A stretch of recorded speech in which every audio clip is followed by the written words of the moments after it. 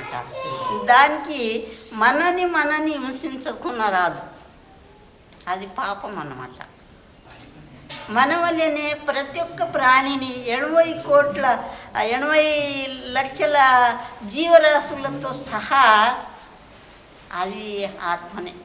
అవి ఒకటికొకటి మళ్ళా మీ వల్లనే సంసారికం చేస్తాయి, పిల్లలు కంటాయి, మళ్ళా అవి ఒకరికొకరు ప్రేమ చేసుకుంటాయి.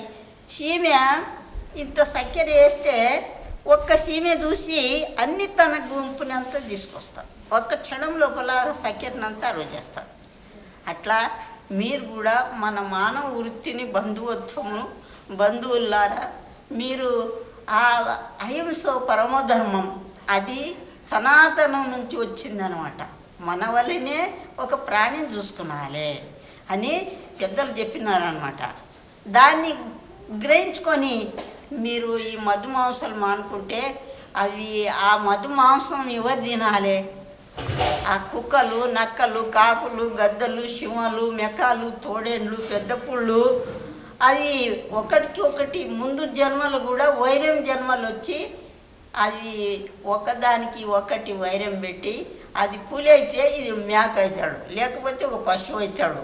దానికి అనుకూలంగా ఎప్పుడో చిక్కుతుంది. చిక్కినప్పుడు ఎక్కడ పట్టుకుంటుంది? గొంతు ఇక్కడ పట్టుకుంటుంది అనమాట. నీవు గొంతు ఎట్లా కోసి దాని మాంసం తింటావో అది అప్పుడు గొంతు పట్టుకొని ఏం చేస్తుందంటే అది మాంసంని వదిలిపెట్టి గొంతు పట్టుకొని చెప్తుంది దానికి, కొడుక నీవు నన్ను ఎట్లా కోసింటివి, ఇప్పుడు నిన్ను తిట్టసుడు, ఇప్పుడు నీ గొంతు పట్టుకున్నా, మరి ఇప్పుడు ఏం చేస్తావు అంటది. అని ఏం చేస్తుంది? రక్తం అంతా పీల్చుకుంటుంది. పీల్చుకున్నాను ఏమవుతుంది? అది చచ్చిపోతుంది, కండ్లీళ్ళు ఇస్తుంది, చచ్చిపోతుంది. రక్తం పీల్చుకున్నాడు. ఇక్కడ గొంతులో పండ్లు, దాని పండ్లు ఎట్లుంటాయి? ఇట్లా పెద్ద పులి పండ్లు, మెక్కం పండ్లు, మన దీని పండ్లకు ఉంటాయి. నోరు ఇంత ఇది ఉంటుంది అనమాట.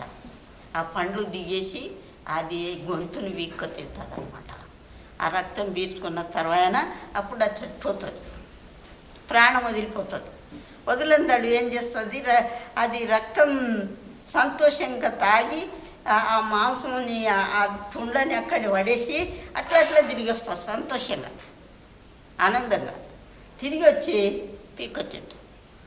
అట్లా మీరు ఆ మృగ వృత్తిని వదులుకునాలి అని మీరు అంతా రాచేసి మృగ వృత్తి అయిపోయింది మన భారతదేశం అంతా. ఈయన వృత్తి అయిపోయింది, ధర్మ వృత్తి అంతా శూన్యత అయిపోయింది, దయమయత్వం అనేది లేకుండా అయిపోయింది. అది ఆ ప్రాణి తల్లడిస్తుంటుంది అన్నమాట, అమ్మ్యా అంటే వదులుతుంటుంది అన్నమాట. ఆ భగవంతుని ప్రార్థన చేస్తుంటుంది, అయ్యో పరమాత్మ నన్ను రచన చెయ్యి అంటానని అమ్మ్యాని వదులుతుంది. దాన్ని అట్లేని కోస్తారు. అంటే కోసేటోడు యముడు అనమాట. అది జన్మాంతర వైర్యంతో ఆ పాప వృత్తితోటి ఆ జన్మానికి వచ్చేసి ఇక దాన్ని నోట్ల పడుతుంది అనమాట. మీరు ఇట్లాంటి జన్మలకు పోకుండా మళ్ళా మానవ జన్మము పుట్టేటట్లాంటిగా మానవ వృత్తిని గ్రహించుకోండి. ఇదే మనిషి జన్మనే మళ్ళీ వచ్చేటట్ల అది గ్రహించుకొని సత్యమును గ్రహించుకొని సర్వప్రాణులను తన వాళ్ళని భావించుకొని నడిస్తే భగవంతుడు మనవంతుడం వరకు మానవ జన్మమే పుట్టిస్తాడు అని అది శాస్త్రజ్ఞులు కూడా చెప్తాయి, మళ్ళీ పెద్దలు కూడా చెప్తారు. దానికి మీరు అందరూ భక్తులు ఇప్పుడు ఈ టీ లోపల భక్తులైనట్లాంటి వాళ్ళే అందరు తెలుసుకునాలని, ఈ ధర్మాన్ని తెలుసుకునాలని టీ చేసినారు. ప్రపంచం అంతా తెలవాలి ధర్మం ఏది అధర్మం ఏది అని. ఆ ధర్మాత్ములు, పుణ్యాత్ములు, సాధులు, సత్పురుషులు ఈ టీలో చెప్పి మన భారతదేశాన్ని బాగుపడగొట్టాలి. మనకు భారతదేశంకి మా ప్రళయకాలం వచ్చేటట్లాంటి వృత్తి రావద్దు. ముందు ప్రళయకాలం వస్తుంది, ఎట్లా?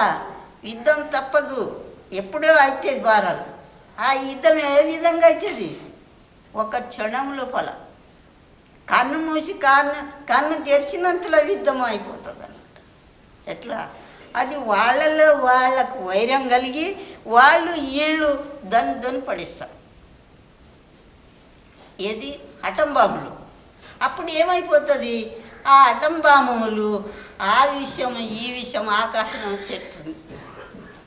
ఆకాశమున చేరి అది మన ప్రాణవాయువు ఎక్కడి నుంచి వస్తుంది, ఆకాశం నుంచి. ఆ ప్రాణవాయువు అనేది మన లోపల పీల్చుకున్నప్పుడు లోపల ఆ అవయవనలకంతా విషయం తగిలి అప్పుడు హా అంటారు, మరణించిపోతారు. చూడండి, పాపాత్ములు ఏ విధంగా నశించుతారంటే ఈ విధంగా నశించుతారు. భగవంతుడు ఏ విధంగా నాశనం చేస్తాడు పాపాత్ములు అంటే ఈ విధంగా నాశనం చేస్తాడు. యుద్ధం తప్పదు, దానికి ఆపుతుండరు అందరు. వాళ్ళు వీళ్ళు మన ప్రపంచమే శూన్యమైపోతుంది. యుద్ధం చేసినట్లయితే మనం ఆదుకునాలి అంటానని ఆపుతున్నారు.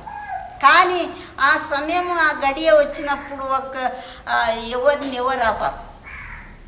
దందను వాళ్ళు వీళ్ళు ఆ ఈరసం కలిగి దందని పడేసి ఏడుస్తారు అన్నమాట. వాళ్ళు నాశనమే, ఇల్లు నాశనమే, ప్రపంచం నాశనం.